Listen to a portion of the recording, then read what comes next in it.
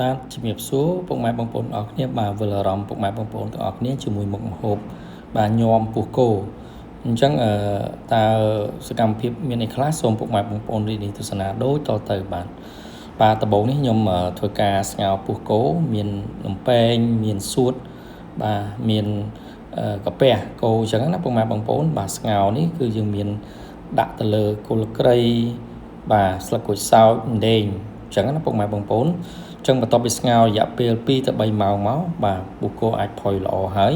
ឥឡូវខ្ញុំរៀបចំបង្ហាញទៅលើគ្រឿងទេសជូនពុកម៉ែបងប្អូនទាំងអស់គ្នាទស្សនា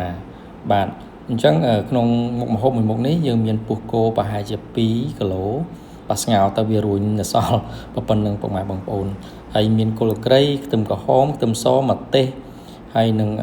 ទឹកប្រហុកបាទទឹកប្រហុកនឹងយើងធ្វើការដាក់កត្រង់បាទយកប្រហុកហើយអាចបានមួយកូនចានទឹកប្រហុកហ្នឹងបាទយើងមានជីគ្រប់មុខមានក្រូចឆ្មាច្របាច់ដាក់2កូនចានអញ្ចឹងមានស្ករក្រហមទឹកត្រីរ៉ូឌីបាទសណ្តែកដីហើយនឹងប៊ីចេងបាទជាដំបូងនេះយើងយកពោះគោលំពែងគោបាទគ្រឿងក្នុងគោហ្នឹងយកមកហាន់ជាចំណិតតូចពុកម៉ែបងប្អូនអានេះសកម្មភាពគ្រួសារខ្ញុំគាត់ហាន់បាទយើងហាន់តូចមកល្មមមកបាទនេះចាប់ដើមហាន់លំពែងគោមុនបាទបន្ទាប់ពីហាន់លំពែងគោហើយពោះគោនេះដោយសារយើងមិនស្ងោរយូរព្រោះវាអត់វាស្វិតមែនតែនវាអត់ទាន់ផុយល្អអញ្ចឹងណាធ្វើការដាក់តកកម្ដុំផងអីផងអញ្ចឹងណាពុកម៉ែបងប្អូនតែចំណែកទៅលើលំពែងសួតអីវិញអាហ្នឹងស្ងោរតែ1ម៉ោងជាងផុយល្អហើយអញ្ចឹងបន្ទាប់ពីស្ងោរជាមួយគ្នាហ្នឹងយើងធ្វើការស្រង់ទៅលើលំពែងសួតបាទហើយនឹងកាពះចាញ់មុនអញ្ចឹងណាព្រោះបើសិនស្ងោរបន្តទៀតវាអាចលួយអញ្ចឹងពោះគោយើងស្វិតជាងគេយើងធ្វើការស្ងោររយៈពេលដល់ចិត្តទៅ2ម៉ោងណាពុកម៉ែបងប្អូនបាទអញ្ចឹងពោះគោយើងស្វិតមែនតែនអញ្ចឹងធ្វើការដាក់តកបាទម្ដុំពីរដុំអញ្ចឹងទៅធ្វើការងាស់វាចោលបាទ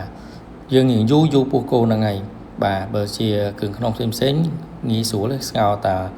កន្លះម៉ោងទៅ1ម៉ោងហ្នឹងផុយល្អហើយពុកម៉ែបងប្អូនអញ្ចឹងឥឡូវនេះពោះគោវាផុយល្អហើយបាទយើងអាចធ្វើការ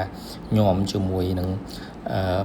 ជីបាទឥឡូវហាន់រួចហើយចិត្តហើយសម្រាប់ពោះគោ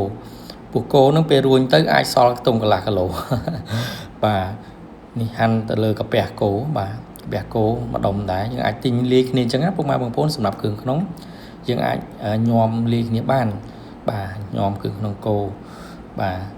សំខាន់ទិញមកនេះយើងកោសលាងវាស្អាតណាពុកម៉ែបងប្អូនសម្រាប់គ្រឿងក្នុងនេះកោសលាង2-3ទឹកអញ្ចឹងមកព្រោះកោសលាងឲ្យស្អាតព្រោះញ៉ាំធ្វើខ្លួនឯងអញ្ចឹងយើងអត់អញ្ញើទេបាទសំខាន់អនាម័យហ្នឹងឯងពុកម៉ែបងប្អូនបាទយើងហាន់ចិត្តហើយអីបាទចិត្តបានមួយកូនថាសតូចបាទហ្នឹងហើយអានេះទៅលើលំពែងបាទលំពែងផុយល្អស្ងោរតាចិត្ត1ម៉ោងបាទផុយល្អមែនតែនទៅលើលំពែងគោហ្នឹង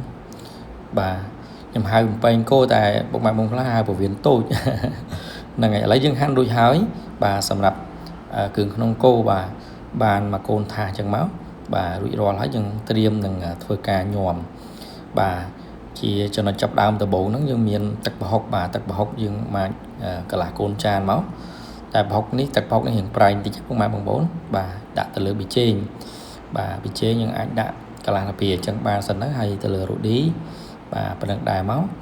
បាទទៅលើនឹងទឹកត្រីបាទទឹកត្រីក៏ប៉ុណ្្នឹងដែរមកបាទទៅលើក្រូចឆ្មា2កូនចានទូចហ្នឹងបាទយើងច្របាច់ដាក់កូនចានអញ្ចឹងមកសូមបញ្ជាក់ពុកម៉ែបងប្អូនបន្តិចព្រោះនេះដាក់ស្ករក្រហមបាទយើងប្រើស្ករក្រហមចំពោះគ្រឿងយើងអាចដាក់តិចសិនណាពុកម៉ែបងប្អូនអាចលោបបានតែគូខ្លាចជ្រុលបាទពិបាកកែ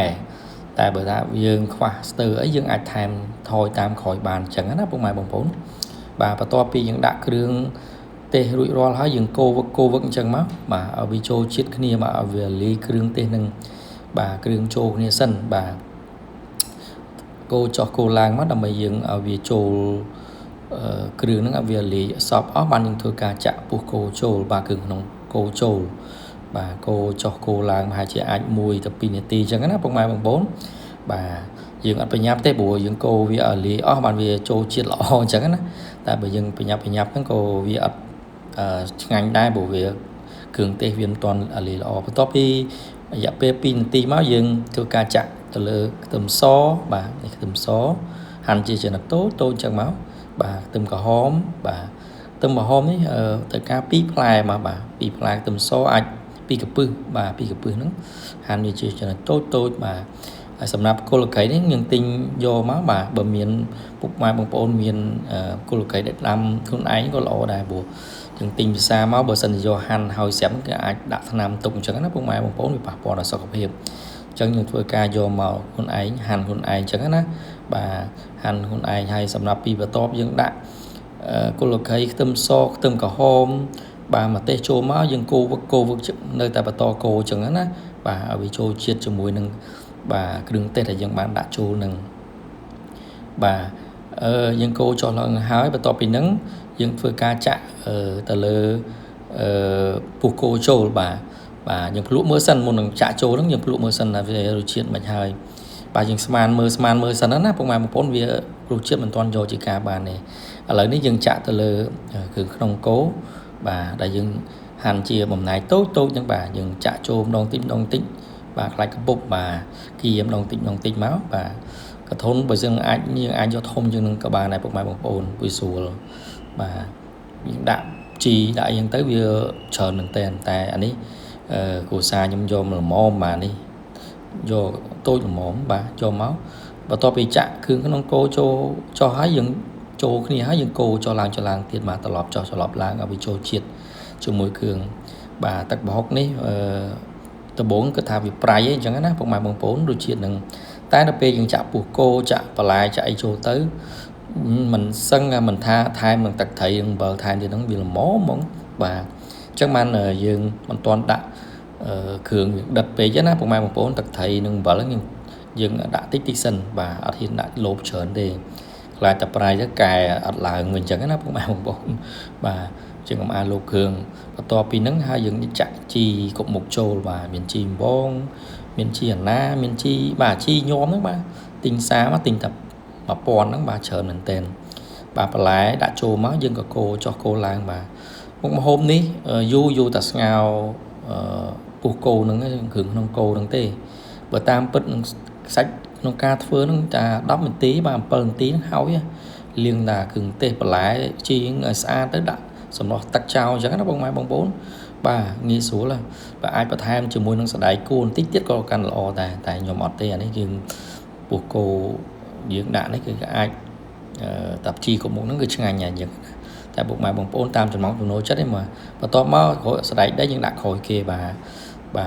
យើងដាក់ចូលឡើងគោវាចូលឡើងមកភ្លក់មើលសាកមើលភ្លក់មើលផងបងវាអត់ទាន់ត្រូវ 100% ទេអានេះគាត់ថាស្មានមើលសិនណាចំពោះគ្រឿងទេសដែលយើងដាក់ដំបូងហ្នឹងវាមិនទាន់ 100% ទេអញ្ចឹងយើងកូរចុះឡើងយើងអាចដាក់ភ្លក់មើលគឺមកបន្ទាប់ពីដាក់សណ្តែកដីហើយភ្លក់មើលវាថាសមល្មមហើយស្ទើរខ្លះស្ទើរក្រូចឆ្មាយើងចាក់ទឹកក្រូចឆ្មាចូលនេះបន្ទាប់ពីហ្នឹងស្ទើរមែនពុកម៉ែបងប្អូនខ្ញុំឲ្យគ្រួសារខ្ញុំចាំបាច់ក្រូចឆ្មាថែម2ផ្លែទៀតបាទអ្នកខ្លះគាត់ថាល្មមអត់សូវចង់ដាក់ក្រូចឆ្មាជូរជ្រុលអញ្ចឹងណាចំពោះខ្ញុំចូលចិត្ត